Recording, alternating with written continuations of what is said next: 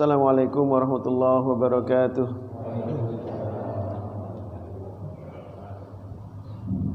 Innal hamdalillah nahmaduhu wa nasta'inuhu wa nastaghfiruh wa na'udzu billahi min shururi anfusina wa sayyiati a'malina. Man yahdihillahu fala mudilla lahu wa man yudlil fala hadiyalah. Asyhadu an la ilaha illallah wahdahu la syarika lah wa asyhadu anna Muhammadan 'abduhu wa rasuluh. Allahumma salli wa sallim wa barik ala nabiyyina Muhammad wa ala alihi wa sahbihi wa sallama tasliman katsira. Ya ayyuhalladzina amanu taqullaha haqqa tuqatih wa la tamutunna illa wa antum muslimun. Ya ayyuhalladzina amanu taqullaha wa qulu qawlan sadida yuslih lakum a'malakum wa yaghfir lakum dhunubakum wa man yuti'illaha wa rasulahu faqad faza fawzan 'azima. Amma ba'du. Ma'asyiral muslimin wal muslimat rahimani wa rahimakumullah. Kepada bapak-bapak, ibu-ibu jamaah salat zuhur Masjid Ar-Rahman yang dirahmati oleh Allah Subhanahu wa taala. Alhamdulillah, kita bersyukur kepada Allah Subhanahu wa taala atas limpahan nikmat-Nya yang Allah karuniakan pada kita semuanya, sehingga pada siang hari ini kita masih diberi kesempatan oleh Allah taala untuk melaksanakan ibadah salat zuhur, kemudian dilanjutkan untuk mengikuti pengajian yang ada di Masjid Ar-Rahman ini. Mudah-mudahan kehadiran kita benar-benar menjadikan amal soleh bagi kita semuanya, di mana amal soleh tersebut yang akan menjadi bekal kita apabila kelak kita berjumpa dan bertemu dengan Allah Subhanahu wa taala. Masyaallah muslimin rahimani wa rahimakumullah. Jadi tujuan akhir kita sebagai seorang mukmin yaitu bertemu Allah Subhanahu wa taala. Tujuan kita, cita-cita kita yang paling tertinggi yaitu ingin masuk ke dalam surga dan tidak ada tempat lain selain tempat itu. Oleh karena itu, ma'asyiral muslimin rahimani wa rahimakumullah, untuk menggapai suksesnya daripada tujuan kita tersebut, ya mari kita jalani jalan yang akan mengantarkan kita semuanya menuju negeri abadi, negeri yang penuh dengan kebahagiaan dan keselamatan untuk selama-lamanya.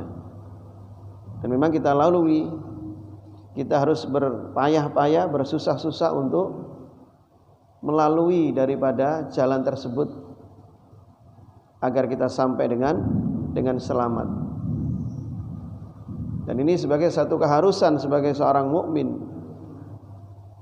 dan tidak akan pernah merasa kenyang tentang hal ini. Sebagaimana Nabi SAW beliau bersabda, la yasba'a mu'minun min khairin yasma'uhu hatta yakuna muntahahu al-jannah. Hadis sahih riwayatkan oleh Imam Tirmidzi. Nabi SAW beliau bersabda, tidak akan kenyang seorang mukmin tentang kebaikan yang dia dengar, tentang ilmu yang akan mengantarkan seseorang menuju surga, sampai tujuan akhirnya dia berada di dalam surga, baru kenyang, baru selesai. Jadi tidak akan kenyang, artinya lapar terus, merasa kekurangan, merasa membutuhkan terus. Seorang mukmin tentang kebaikan yang dia ingin mendengarnya, yaitu tentang ilmu. hatta yakuna muntahahu al-jannah, sampai langkah kakinya sudah memasuki ke dalam surga, baru selesai, baru leha-leha, kan begitu Bang. Jadi sekarang masih belum bisa leha-leha kita, masih belum bisa istirahat. Kalau sudah langkah kaki kita menginjak tanah surga, baru kita sukses, baru selesai, baru cita-cita kita benar-benar terkabulkan. Masyaallah muslimin rahimani wa rahimakumullah.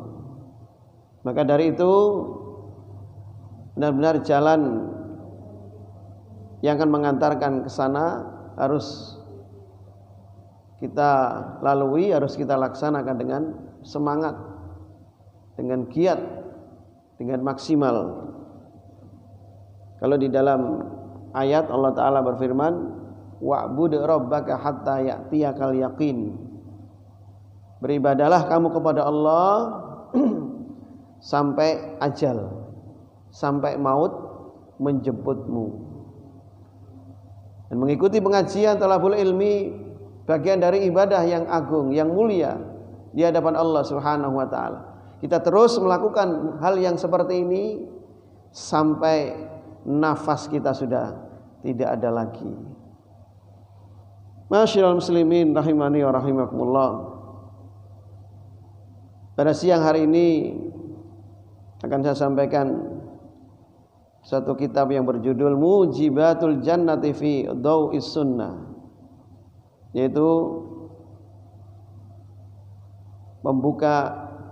pembuka pintu surga menurut sunnah Nabi Sallallahu Alaihi Wasallam, atau hal-hal yang akan menjadikan diri kita bisa memasuki daripada pintu-pintu surga menurut sunnah Nabi SAW, menurut al-hadis dari Nabi SAW yang sahih. Yang pertama, mana sudah kami bahas, yaitu at-talaffuz bisyahadataini ma'al amali bimuqtadahuma. Membuka pintu yang pertama dari pintu-pintu surga, yaitu mengucapkan dua kalimat syahadat, asyhadu an la ilaha illallah wa asyhadu anna muhammadar rasulullah. Itu sebagaimana banyak al-hadis yang menjelaskan demikian. Di antaranya saya ambil satu al-hadis, yaitu dari Nabi SAW bila bersabda, man syahida an la ilaha illallah wahdahu la syarikalah wa anna muhammadan abduhu wa rasuluh wa anna Isa abdullahi wa rasuluh wa kalimatu alqaha ila Maryam wa ruhum min wal jannatu haqqun wan naru haqqun adkhalahu Allahul jannah ala ma kana minal amal. Barang siapa yang mengucapkan syahadat la ilaha illallah, tidak ada ilah kecuali Allah, wahda yang maha tunggal yang maha esa, la syarikalah yang tidak ada sekutu baginya, wa anna muhammadan abduhu wa rasuluh, dan dia bersaksi atau mengucapkan kalimat sesungguhnya Nabi Muhammad SAW adalah hamba dan rasulnya, wa anna Isa abdullah wa rasuluh, dan Nabi Isa adalah hamba Allah dan rasulnya, bukan Tuhan, wa kalimatu, dan kalimat-kalimatnya, alqaha ila Maryam, yang Allah berikan, yang Allah tempatkan kepada Maryam, wa ruhum min, dan sebagai ruh darinya, wal jannatu haq, dan dia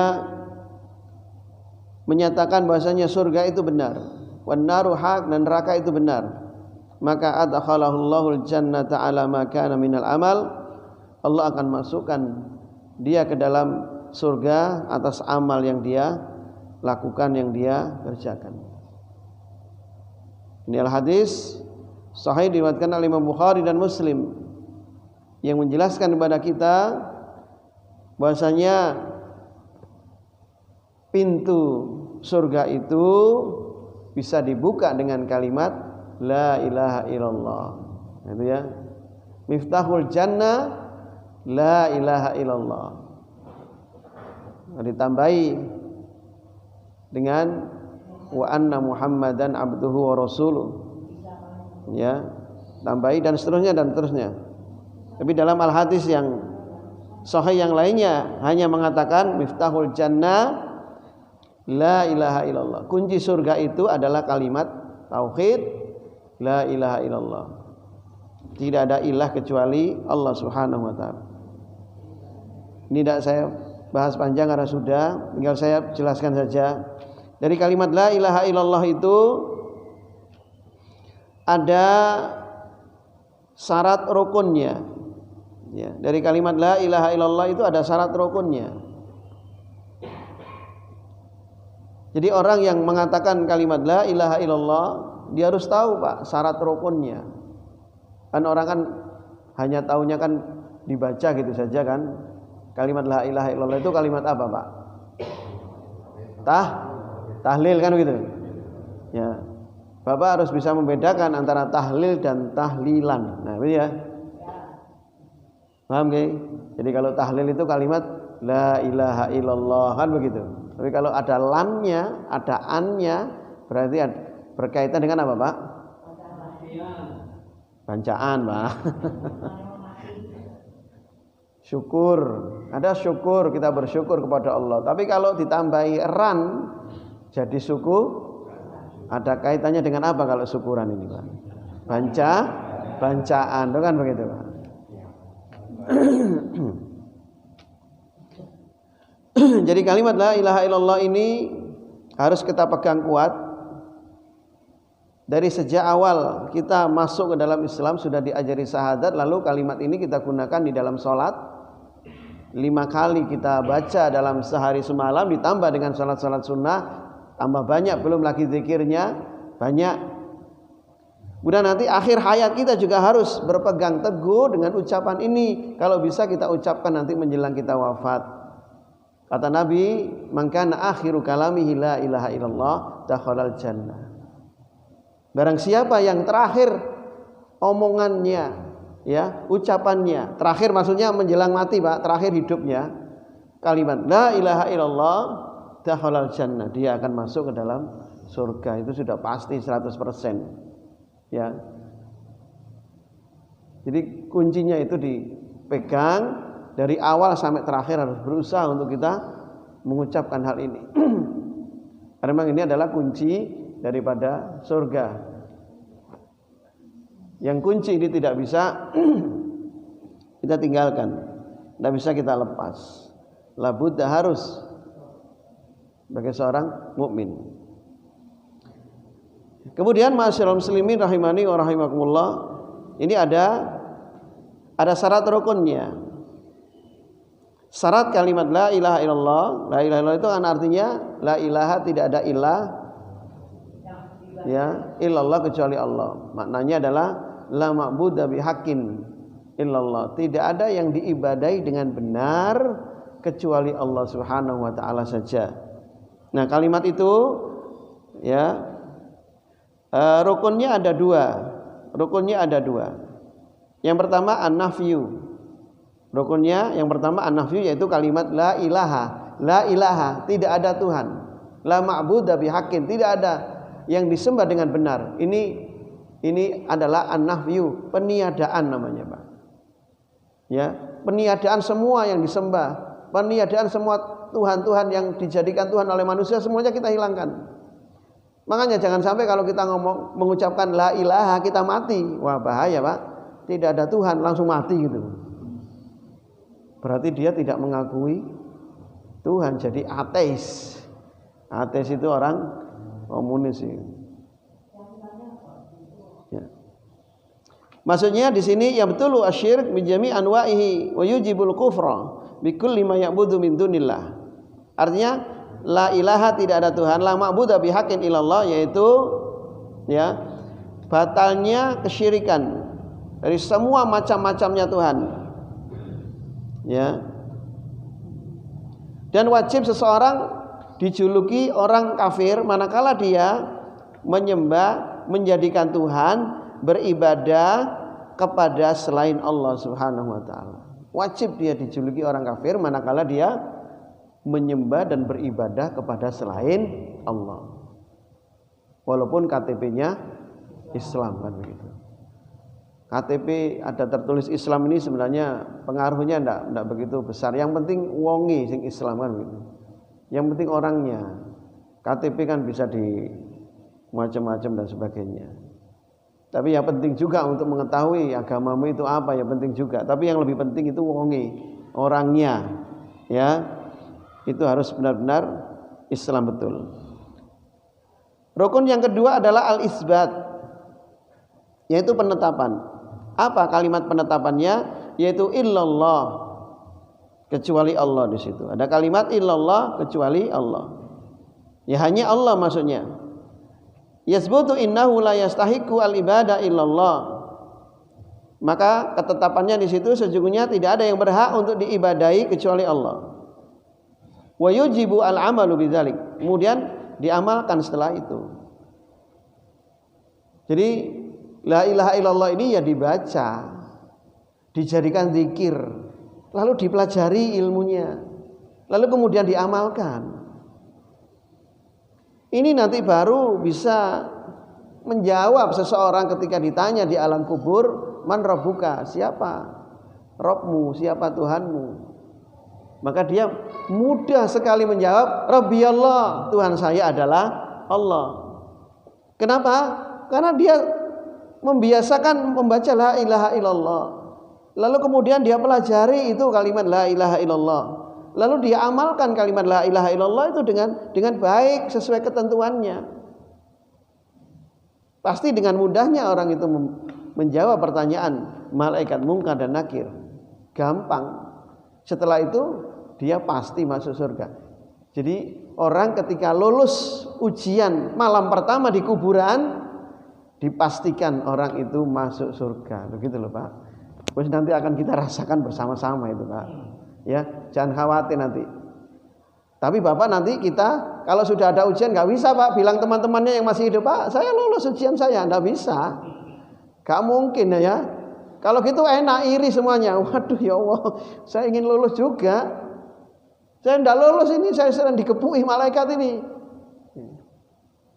Andai kan diberitahu seperti itu, wah mungkin agak penuh masjid ini, ya, karena tiap hari ngaji terus ini.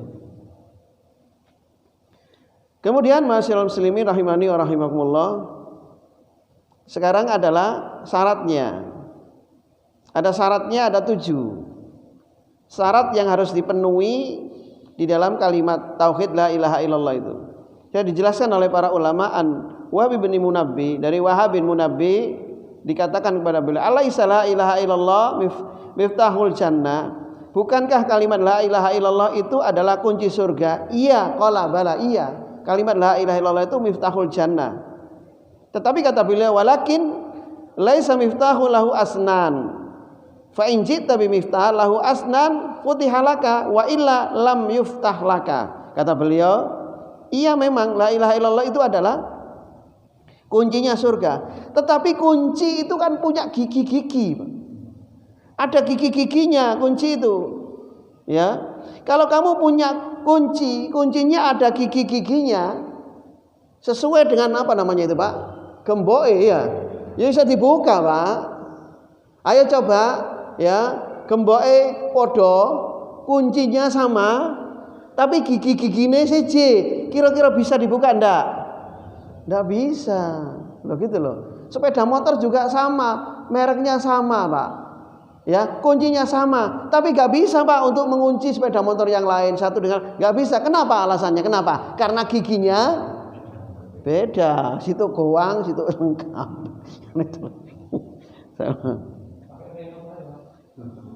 Wah itu enak ada pakai remote Pak.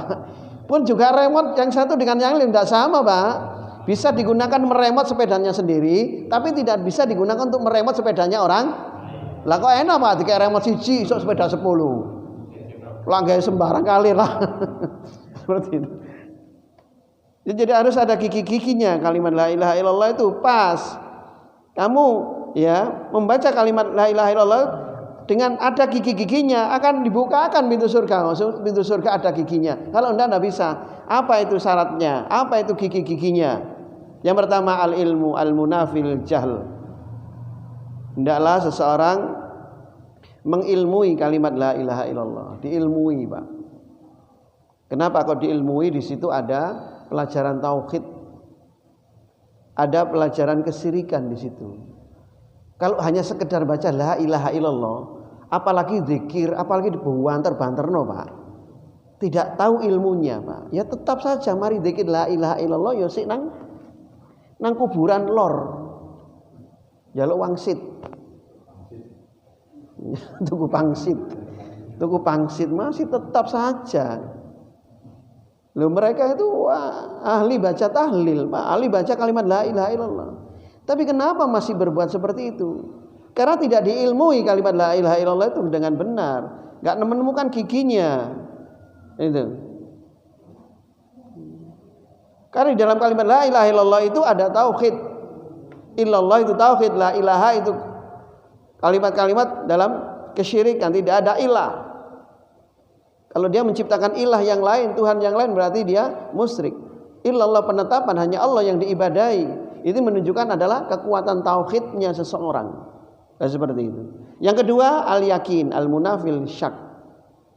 Hendaknya yakin, Pak, dengan kalimat la ilaha illallah. Nabi mengatakan man qala la ilaha illallah mukhlishan. Ya, siapa yang membaca kalimat la ilaha illallah mukhlishan dengan ikhlas, yakin. Oh nanti ikhlas ada sendiri, Pak. Yakin dengan kalimat itu. Ya, maksudnya adalah bahwa kalimat itu benar-benar sebagai pintu surga yang akan mengantarkan seseorang itu akan masuk ke dalam surga dan akan terhindar dari api neraka.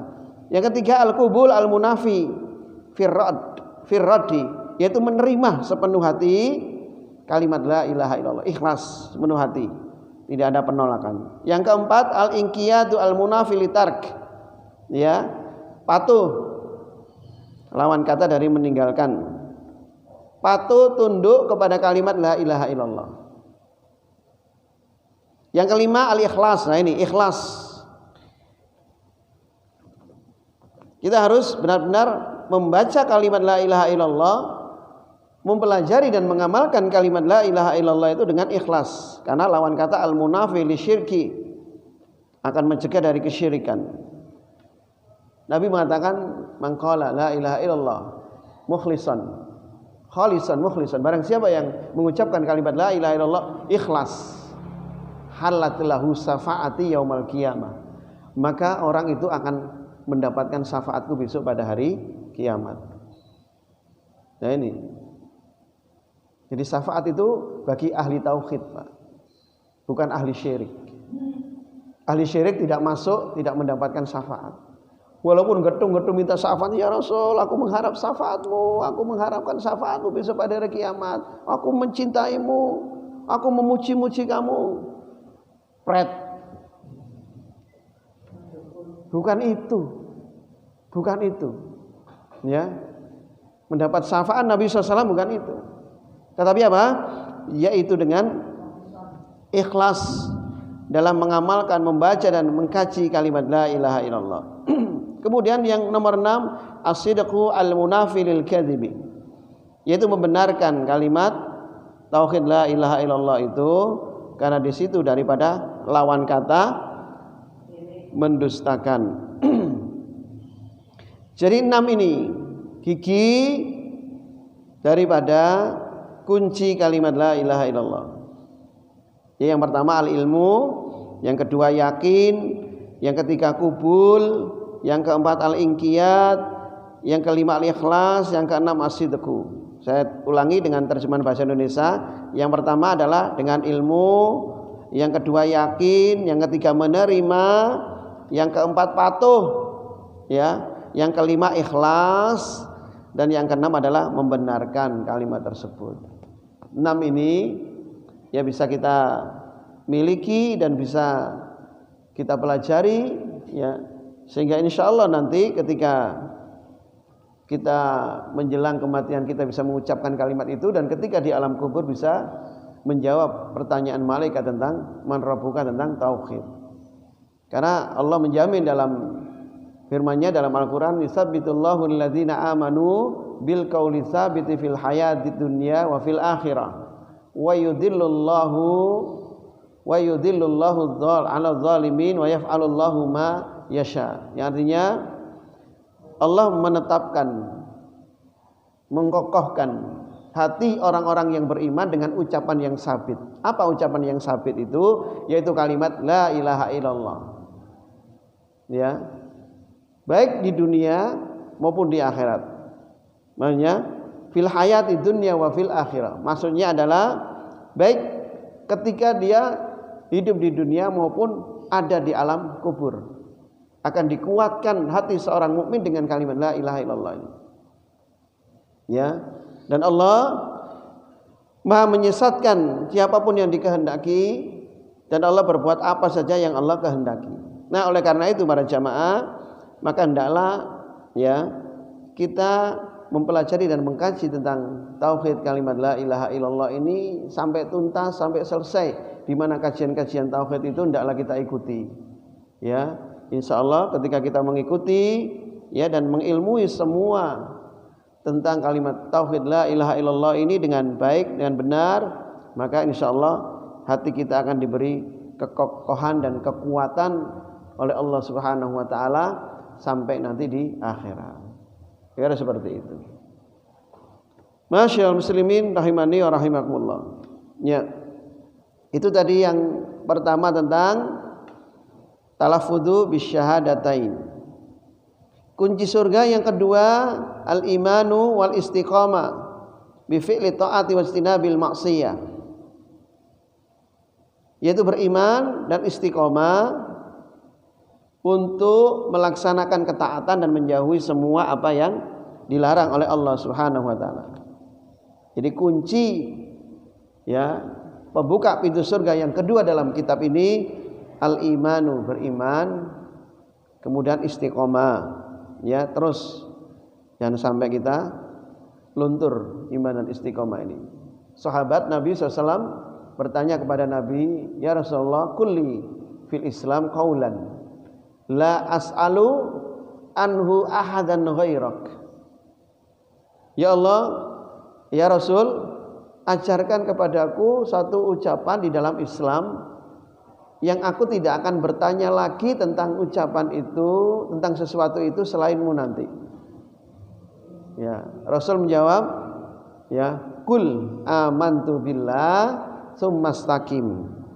Ucapkan aku beriman kepada Allah, kemudian istiqomalah. Nah, itu perintah Nabi, ya. Hendaklah kamu beriman kepada Allah lalu istiqomalah. Jadi nasihat beliau kepada para sahabat-sahabat ini beda-beda sesuai dengan kondisi dan keadaan para sahabatnya. Orang ini butuh apa? Orang ini butuh dinasihati apa? Orang ini perlu yang bagaimana? Beda-beda, tidak sama. Ya. Kalau kita ngaji enak Pak, sama semuanya, babnya sama. Tapi kalau ketemu Rasul, ya Rasul, tolong nasihati saya. Dipilihkan Rasulullah pantasmu ini seperti ini. Loh, kenapa demikian? Ya karena Allah memberikan wahyu kepada Nabi, orang itu seperti ini Muhammad, orang itu seperti ini. Kamu kasih nasihat seperti ini. Nah, mungkin orang yang dinasihati oleh Nabi SAW ini kurang istiqomahnya, tambah ya Nabi. Ada yang datang pada ya Rasul, nasihati aku. Rasul mengatakan apa? La taghdab, jangan marah. La taghdab, jangan marah. Kenapa kok dinasihati jangan marah? Karena orang ini apa? Ngamuan. Kayak jenengan nih ngamuan. Maka Nabi la taghdab, jangan marah. Walakal jannah, bagimu surga. Sudah cukup itu saja. Jangan marah, bagimu surga. Ya. Karena dampak orang yang marah itu nanti implikasinya kepada perbuatan dosa maksiat yang lainnya. Ya. Dampak orang yang menahan amarah itu juga akan menghasilkan ketaatan-ketaatan yang banyak sekali setelahnya. Itu nasihat beliau secara singkat. Ya. Masyaallah muslimin rahimani wa rahimakumullah. Jadi istiqomah. Kemudian dalam ayat yang saya baca di awal tadi, wa'bud hatta ya'tiyakal yakin, beribadahlah kamu kepada Allah Subhanahu wa taala sampai datang kematian. Jadi kita beribadah kepada Allah terus-menerus, ya, tidak lekang waktu sampai diwafatkan oleh Allah Subhanahu wa taala. Saya kira cukup sampai di sini dulu para jamaah. Rahimani wa rahimakumullah. Insyaallah akan kita lanjutkan yang akan datang kajian kita tentang kitab Mujibatul Jannah fi Dau'is Sunnah. Membuka pintu-pintu surga menurut sunnah Nabi SAW. Mudah-mudahan kita bisa memiliki pembuka pintu surga ini, lalu kita amalkan dengan sebaik-baiknya, sehingga kita insyaallah akan semuanya dimasukkan oleh Allah ke dalam surganya. Amin Allahumma amin. Sebelum saya akhiri, mungkin ada pertanyaan 1-2 dari Bapak Ibu, monggo dipersilakan.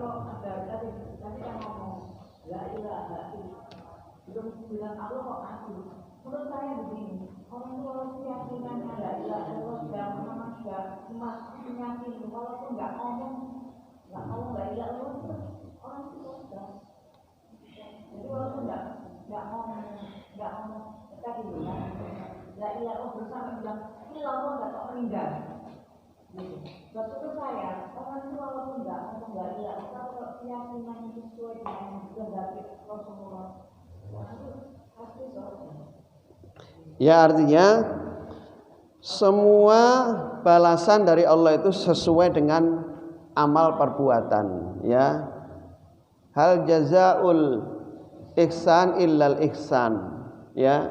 Tidaklah balasan kebaikan itu kecuali dengan kebaikan pula. Artinya, ya, balasan akibat yang ditimbulkan pada diri manusia itu adalah sesuai dengan amal perbuatannya, Bu. Insya Allah kalau dia itu sudah lengkap zikirnya la ilaha illallah, dia mempelajari kalimat la ilaha illallah dengan baik, lalu kemudian diamalkan, insya Allah tidak sampai la ilaha mati, insya Allah tidak, Bu. Jadi akan lengkap la ilaha illallah baru meninggal. Itu sudah sesuai. Dan orang-orang yang menjawab pertanyaan malaikat di kuburan itu bukan karena dihafalkan, Bu. Tak apalno saiki, ya. Rabbi Allah, pangeranku Allah, gak bisa dihafalkan, Pak. Ya, walaupun soalnya sudah bocor, sudah disampaikan. Ini, Pak, ini juga dijadikan dalil bahasanya kalau ulangan-ulangan di sekolah itu sebaiknya soalnya dibocorkan saja. Lewang pertanyaan kubur aja dibocorkan, Pak, ya. Kok sekolah ini ulangan kok cik medite disingit-singit no. Ini apa niku? Maksudnya maksud saya ini kalau bisa menjawab pertanyaan malaikat itu, Bu, artinya apa? Itu amal ibadahnya yang mendorong untuk bisa menjawab itu, karena amal ibadahnya yang dikokohkan oleh Allah itu tadi. Jadi gak mungkin lah, Bu, kalau ada orang beriman yang ketika membaca la ilaha mati, insya Allah enggak. Biasanya itu adalah orang-orang munafik, biasanya itu, Bu. Orang-orang yang tidak pernah zikir itu ngomong la ilaha pisan tok langsung mati. Gak ikhlas biasanya. Kalau ikhlas tidak mungkin, Bu, seperti itu insya Allah. Tidak akan. Karena ya itu tadi. Jadi balasan sesuai dengan amal perbuatan. Wallahu a'lam. Monggo, ada lagi yang mau ditanyakan?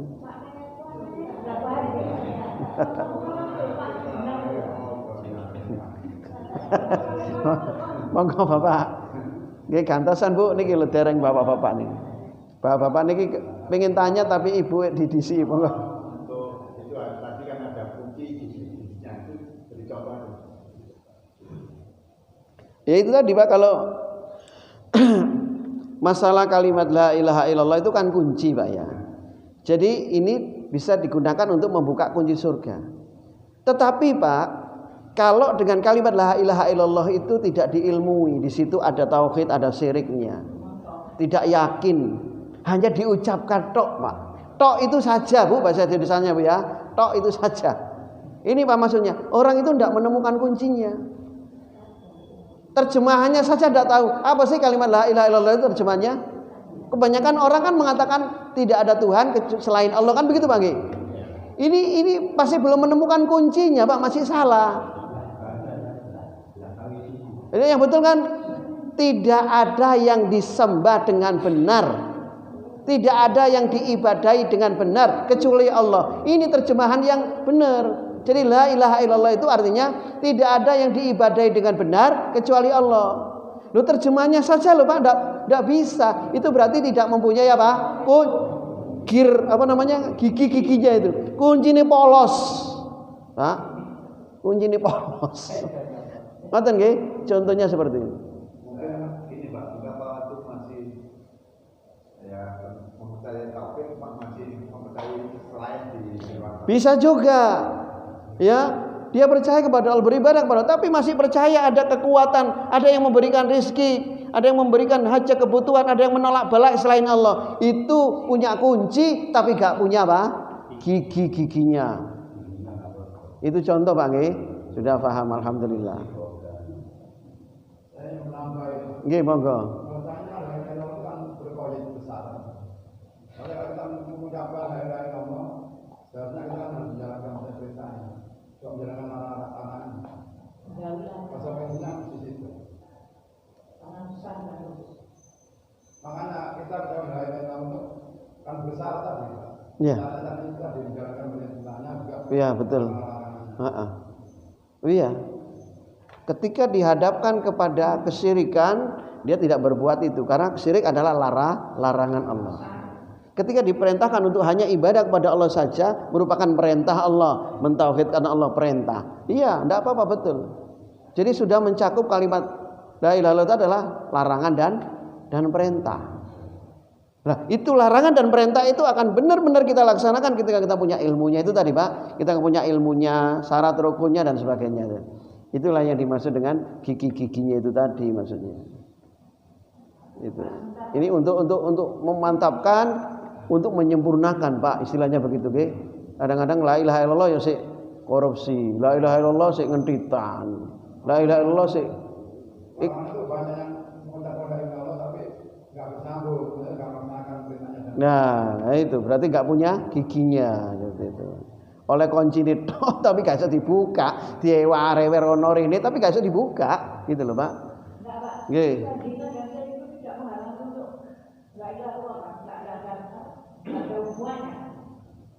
Dosa zina dan dosa mencuri, kalau dia tetap Nggih. Artinya ya tetap orang itu dikatakan sebagai seorang mukmin, seorang muslim ketika mengucapkan kalimat la ilaha illallah walaupun dia berzina, walaupun dia mencuri. Tetapi kalau orang itu mengilmui kalimat la ilaha illallah, mempelajarinya dan mengamalkan sebaik-baiknya, orang itu tidak akan berbuat maksiat itu tadi yang dikatakan oleh Bapak itu tadi, akan meninggalkan yang dilarang semuanya dan akan melaksanakan apa yang telah diperintahkan. Ya. Iya, tetapi itu nanti masuk surga terakhir, Bu. Iya, dicuci dulu, Bu. Nggih, dicuci dulu. Sampun nggih. Pun, itu saja mudah-mudahan yang kita bahas, yang kita kaji bermanfaat untuk kita semuanya. Subhanakallahumma wa bihamdika asyhadu an la ilaha illa anta astaghfiruka wa atubu ilaik. Assalamualaikum warahmatullahi wabarakatuh.